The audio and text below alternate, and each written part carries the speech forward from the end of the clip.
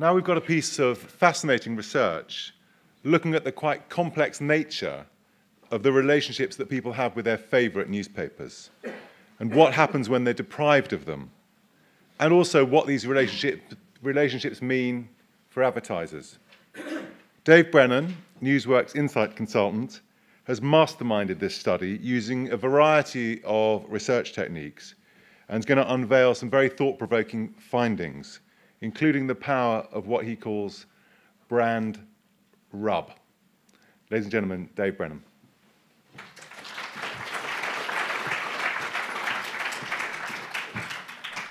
Thanks, Rufus, and good afternoon, everybody. I'm going to start off by doing a Maria Miller.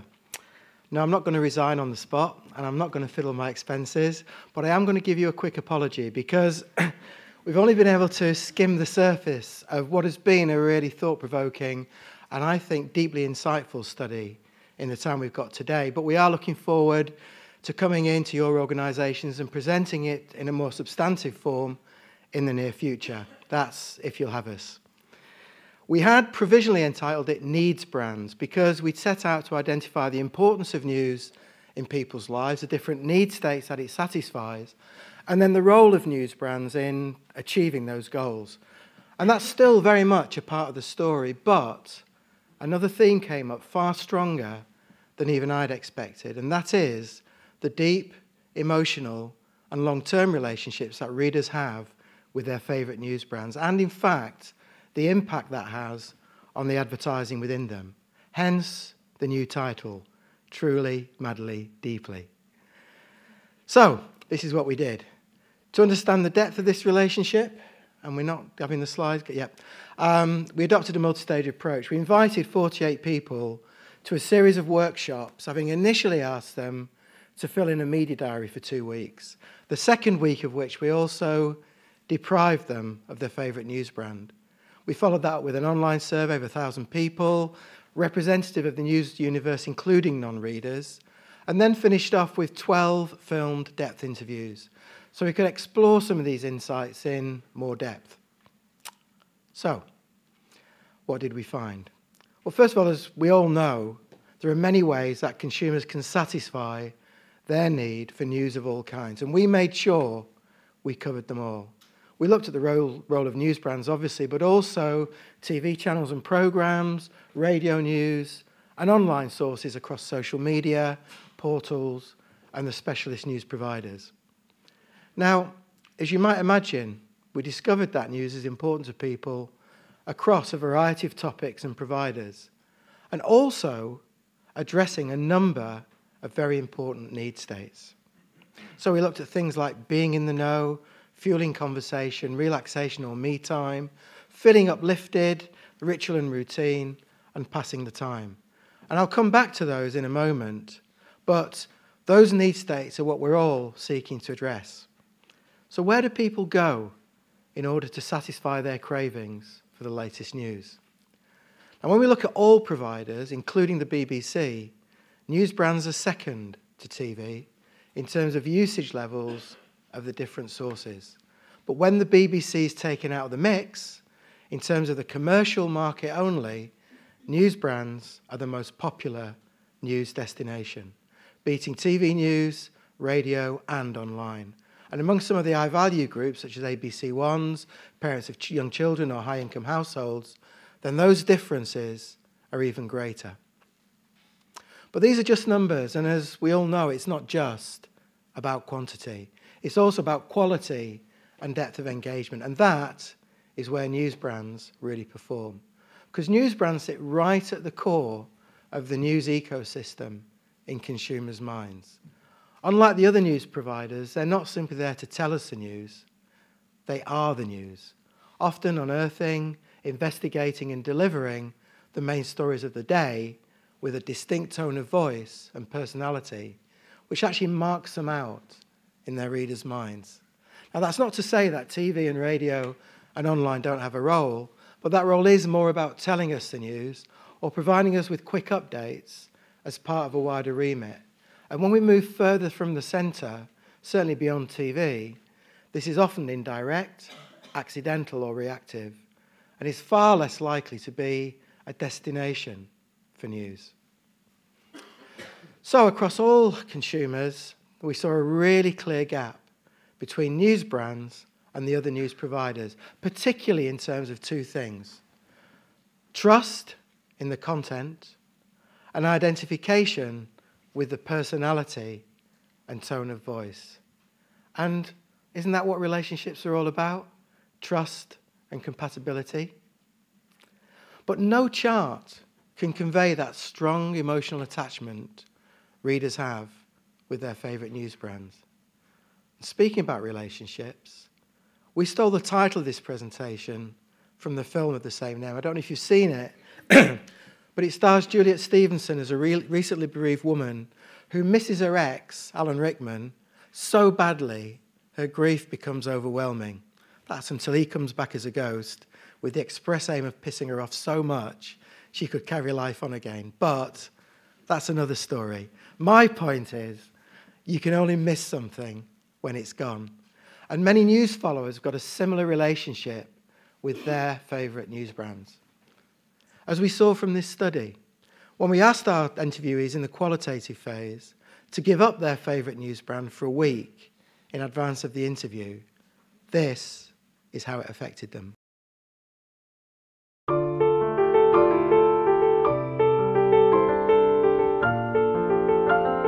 When I wasn't able to read the Sun newspaper or access the Sun website for a week, I did feel like something was missing. I wondered what to do on an evening and I just couldn't pick up a paper. I missed it like a friend. I remember thinking, felt out of the loop. It was weird. I did feel as though there was a part of the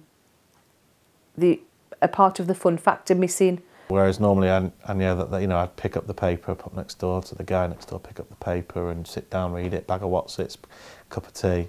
It just felt like something was missing. I kept nearly actually going on, but thinking, oh no, you can't. My sort of fix at lunchtime as well, it was that section of thinking, what shall I do? There's a naggy feeling that something's missing. So yeah, I didn't enjoy it.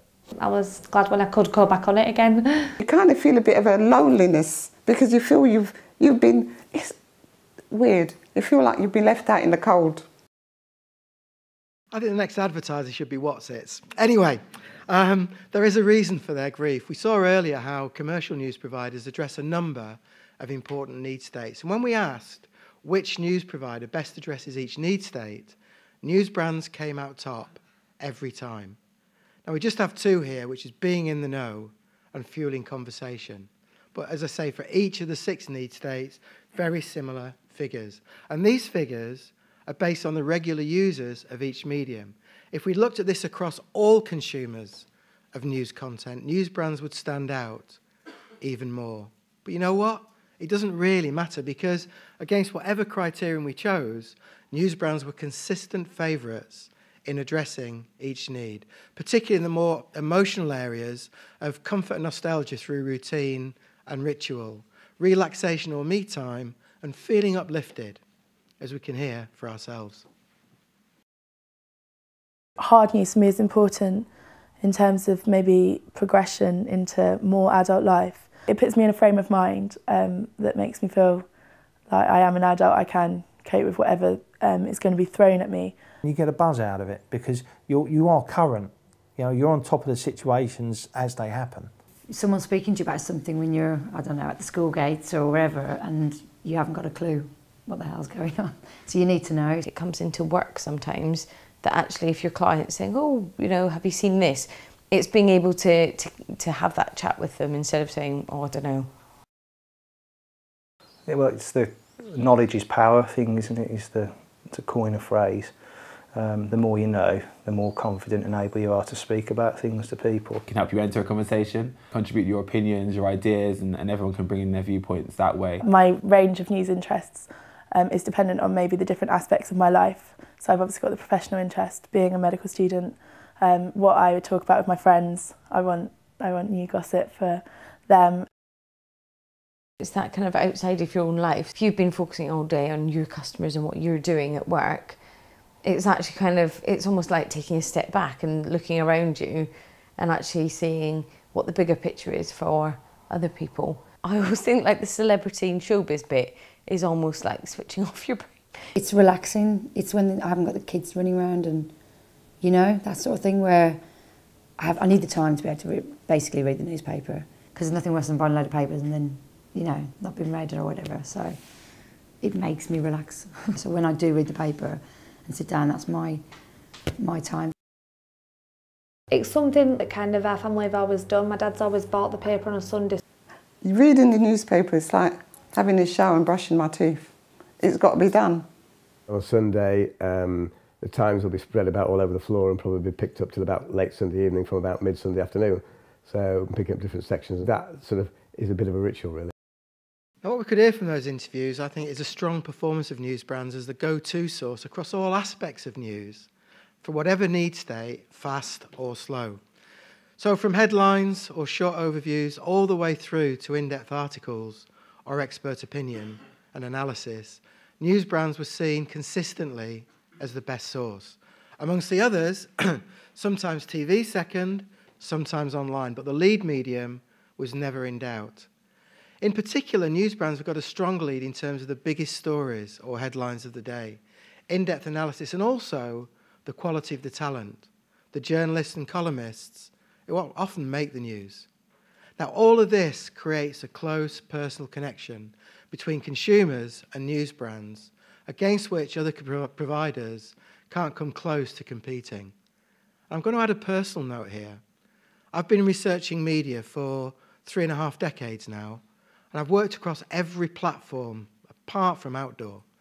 And I've commissioned hundreds of insight projects in that time.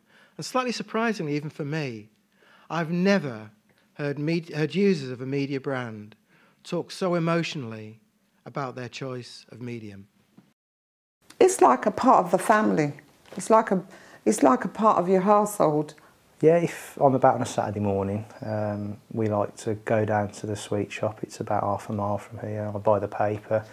If he's been a good boy, he gets some Smarties or whatever, and then we walk back and I'd like to read the paper. It's just one of those. I remember doing it with my dad when I was a kid. I think you feel a bit of comfort, and you feel like you can trust the paper to put the right news across. I suppose I could sort of say like the Sun is a close friend, because, you know, sometimes on a night if you're up and the kids are in bed, and, you know, it's like having a friend. I enjoy reading the Times. I take a sense of pride in the information that they're furnishing me and what I can glean from that. Reading the paper distracts you, and, you know, you kind of, it's just a nice relaxing thing to do, but you're still active. So after you've read it, you know, you're like, well, I have actually done something with my day. Yeah, it's like having your favourite, I don't know, sticking to Heinz, you know, soups, or you won't go to any other brand. It's like kind of not being by yourself. You kind of connects you with other things, you know, kind of like connects you with the rest of the world, what's going on. So even though you're by yourself, you can kind of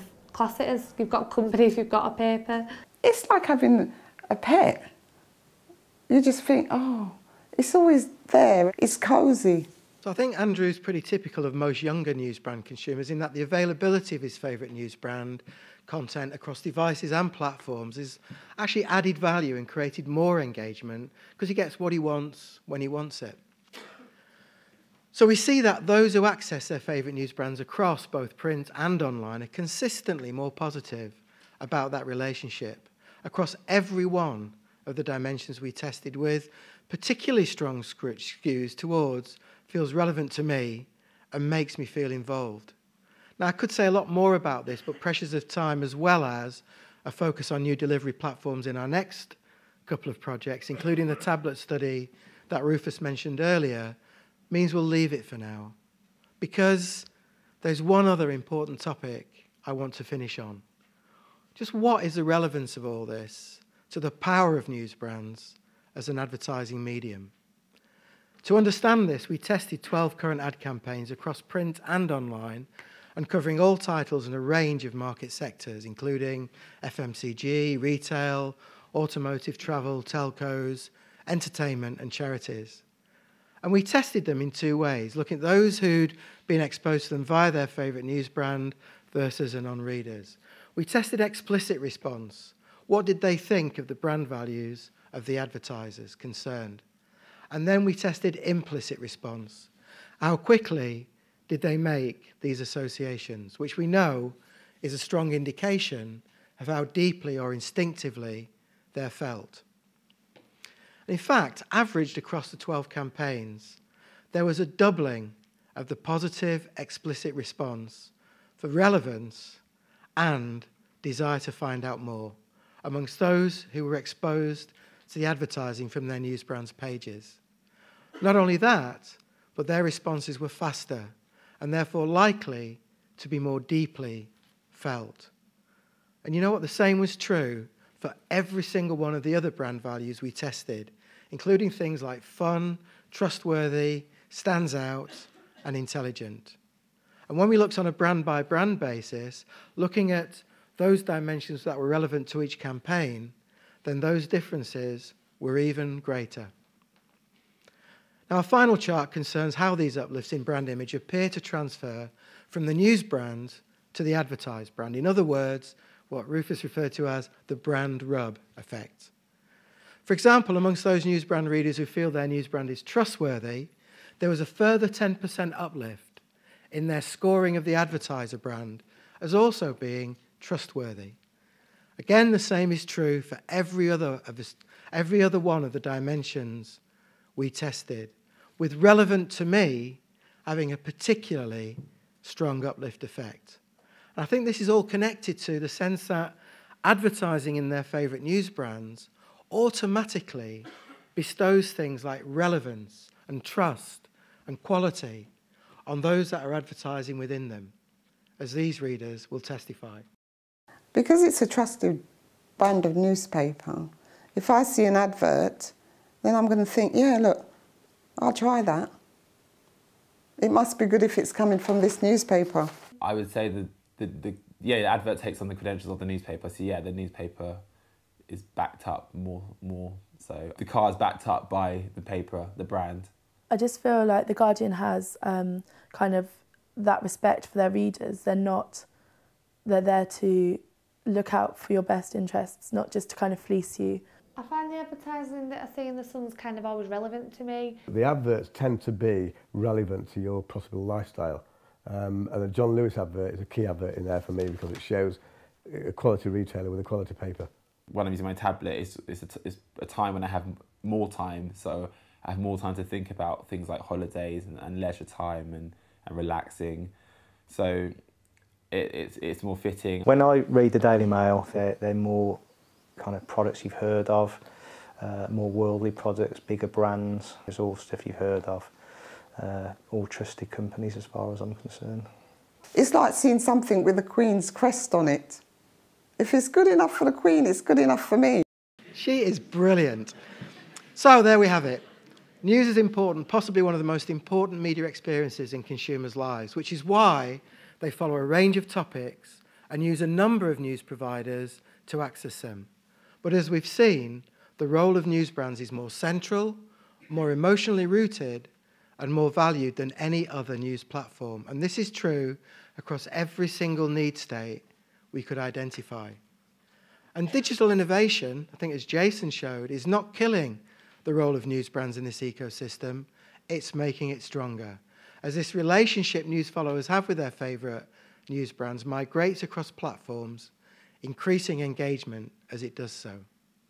And finally, this deep, long-lasting relationship is creating a more powerful and influential advertising environment, one which has a quantifiable impact on the power of the advertising within them to do its job.